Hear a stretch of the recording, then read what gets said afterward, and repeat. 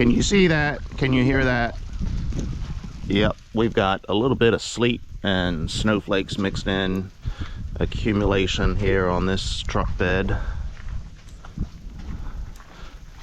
little bit of accumulation there.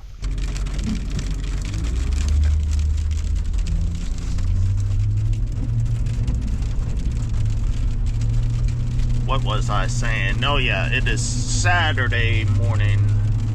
We've got sleet, freezing rain, snow, rain. We've got a little bit of everything today happening. We have not been called by the county to put any salt down. I don't think we will be called. Temperatures are supposed to be above 32 degrees all day. My truck is currently showing 32. I was just at the farm. It's 34.5 degrees down there, so it's not going to amount to anything. Now, there is a chance on Tuesday, I believe, of something happening. I haven't looked in detail at the forecast yet, but I'm hearing rumblings and seeing reports of a snowstorm coming in for Tuesday. I don't know. I'll look at that a little closer today and tomorrow to see what the prediction is.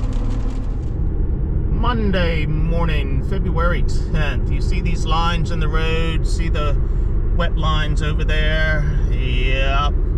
Snow is on the way, so the state is putting down their liquid salt brine this morning.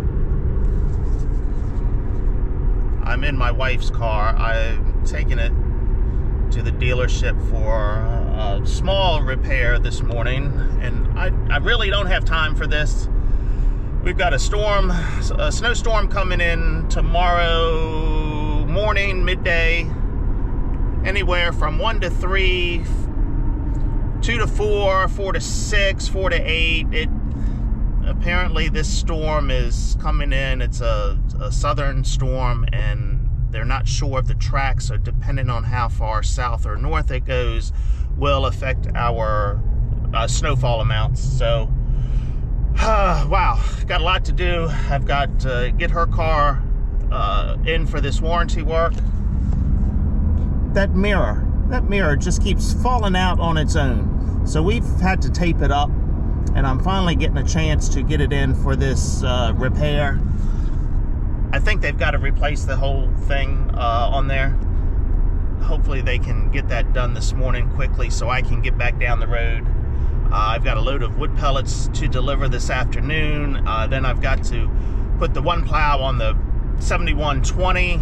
I'm not going to get that other front tire changed before this snow comes in.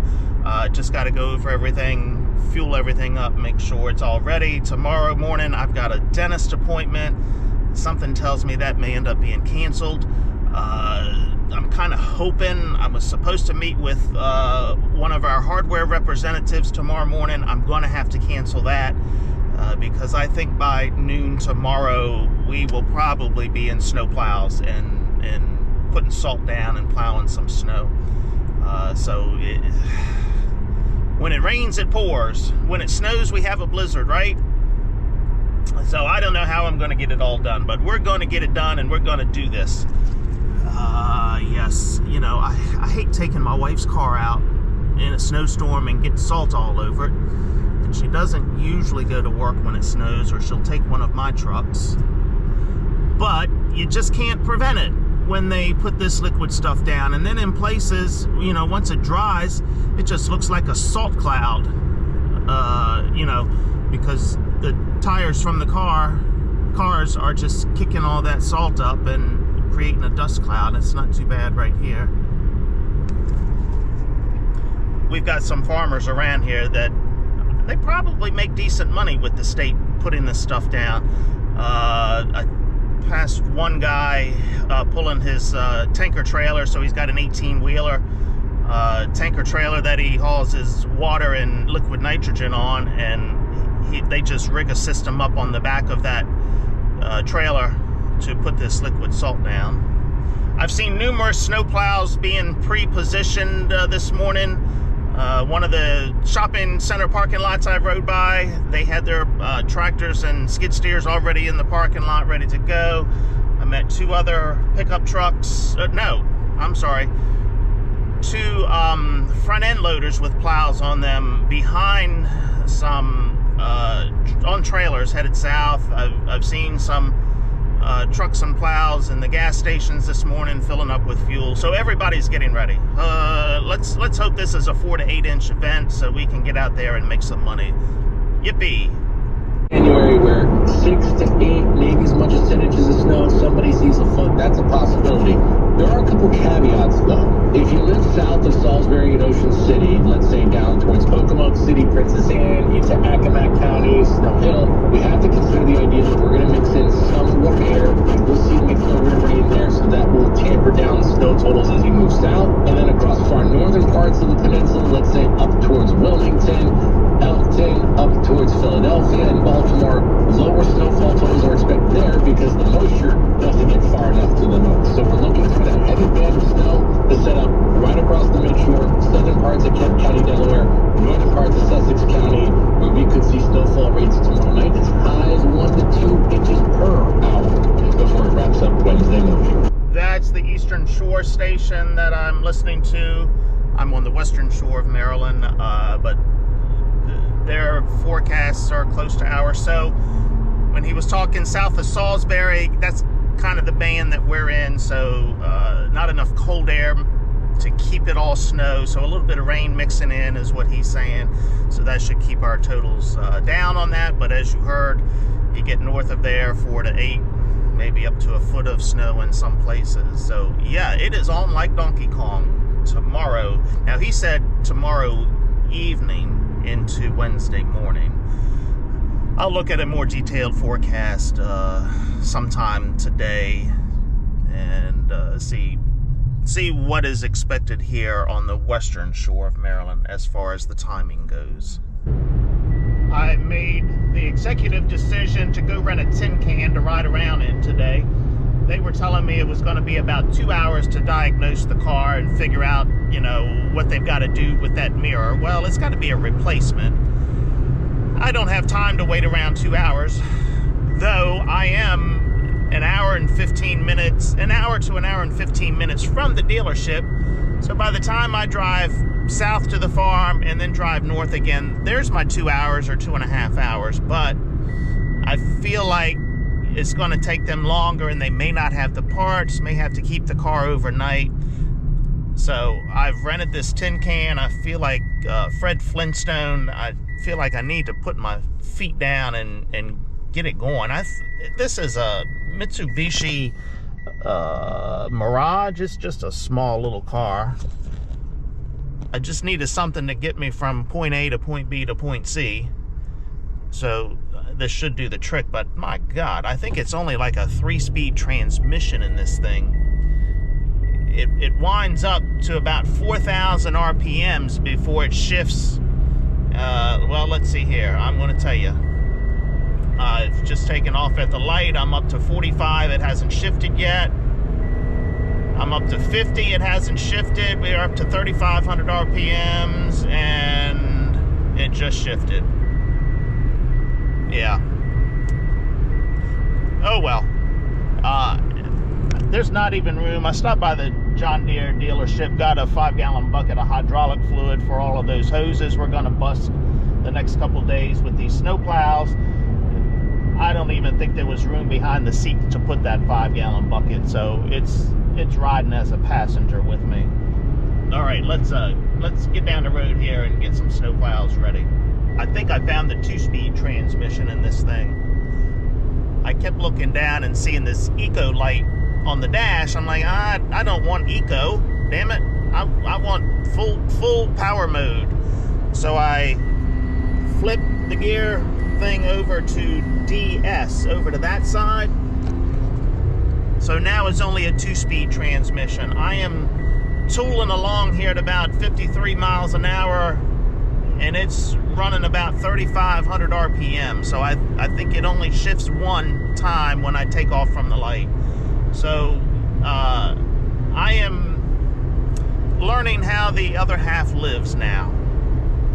I've always seen these little cars, not this one in particular, but just little cars zipping in and out of traffic, and I kind of get a little pissed at them because they kind of cut you right off. But now I see how they do that.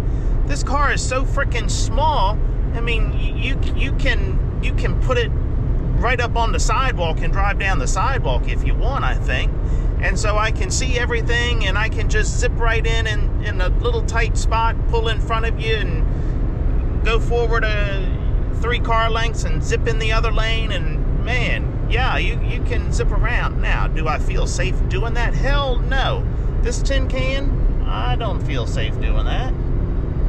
But I realize now how those guys get away with it. It's not like driving a pickup truck or my wife's Cadillac, where it's a larger vehicle and it just doesn't fit. That's what she said. No, she's never said that. So yeah, this is an interesting experience that I am having this morning. I feel like it's one of those rubber band cars.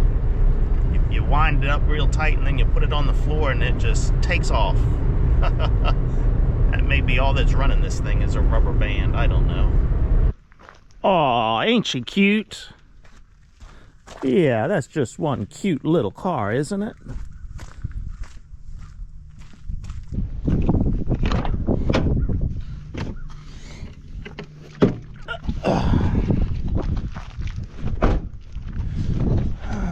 Okay, let's put some snow plows on. I think the first thing I need to do is fill this with gas. I always like to start a snowstorm out with a full tank of gas. I don't like to get out when it's snowing and cold and blowing and putting gas in this, so I'm headed to the gas station and putting gas in here.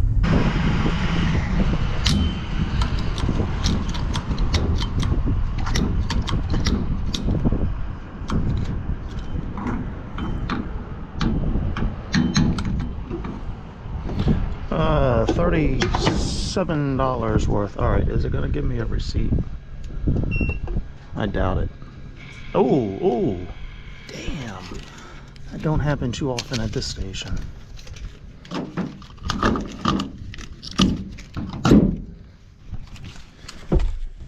And I don't understand that. It's not that difficult, and it's not that expensive to put paper in there. A lot of small business owners in this area, watermen and farmers, landscape people that stop in here and get gas, and so we all need receipts. At least that's what the IRS tells us, that we need receipts. But they don't always keep paper in there to give us those receipts, and it kind of pisses me off.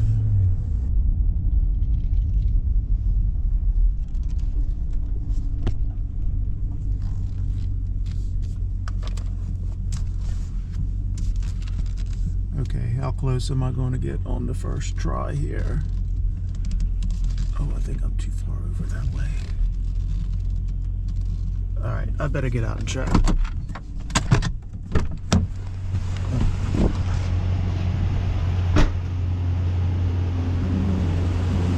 Oh man, I am almost right on it.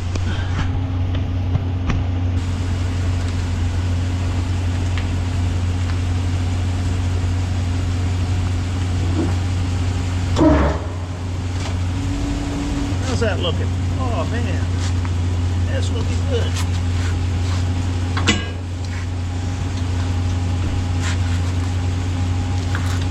I ain't quite up there yet.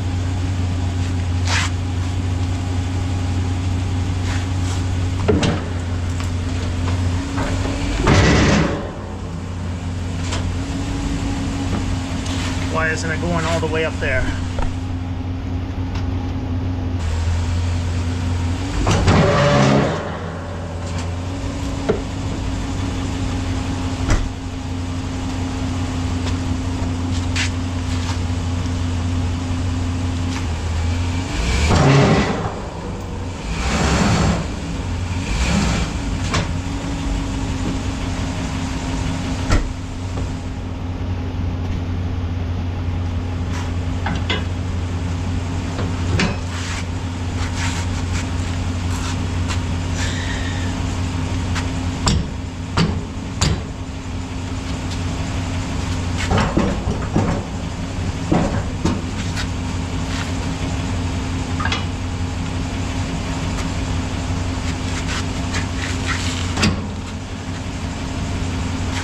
that was harder than it should have been. But it was about 3/4 of an inch. It just wasn't sliding up there. I had to persuade it. It's supposed to be quicker and easier than that. I don't know why it wasn't sliding up on that last 3/4 of an inch. All right, we got to turn. Is that the one? Yep.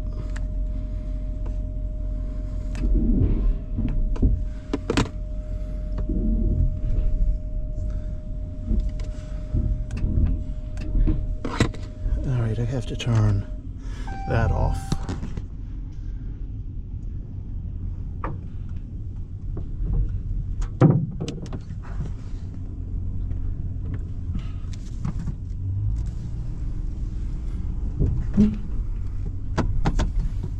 And I don't have my other truck down here. It is at my house, so I can't hook onto that plow yet.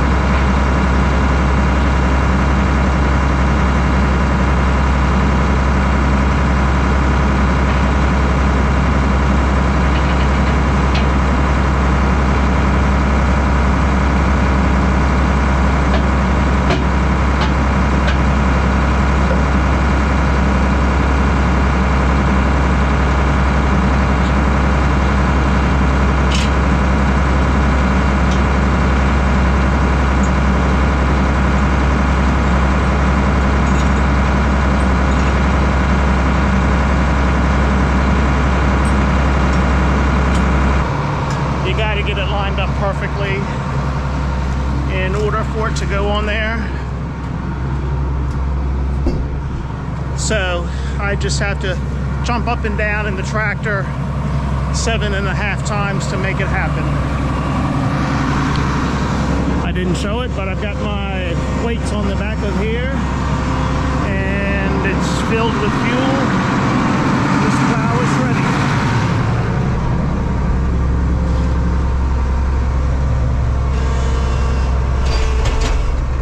And both of these tractors should be ready. I think they're already filled with fuel. Let's just make sure it will start.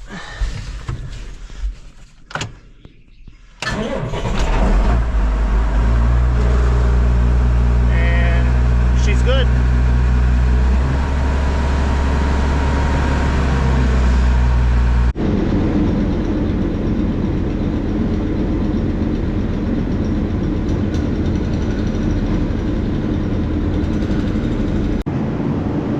All right, I have pulled the cab. I just changed the oil in this thing, but the reason I have the cab open is because I had a couple of drips when it was sitting in here, right here on the floor.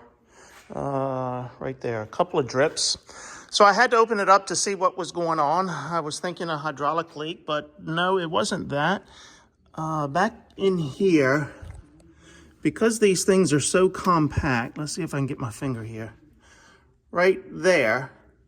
So this is normally on these engines where the oil filter would go, but because it's in such an odd location here, they've put an adapter on here. So there's an adapter here with two hoses running out of the back end there. And then those two hoses run around here on the side. I've already put this cover on, but right behind this cover, the oil filter is right down there. So that makes it easier to get to. So it appears that this adapter that screws onto that housing was a little bit loose. Now it's a weird design because with those hoses going out the other way, you can't really, this thing has to be in a certain position for those hoses to go out. So, you know, this thing would screw up on here just like an oil filter would.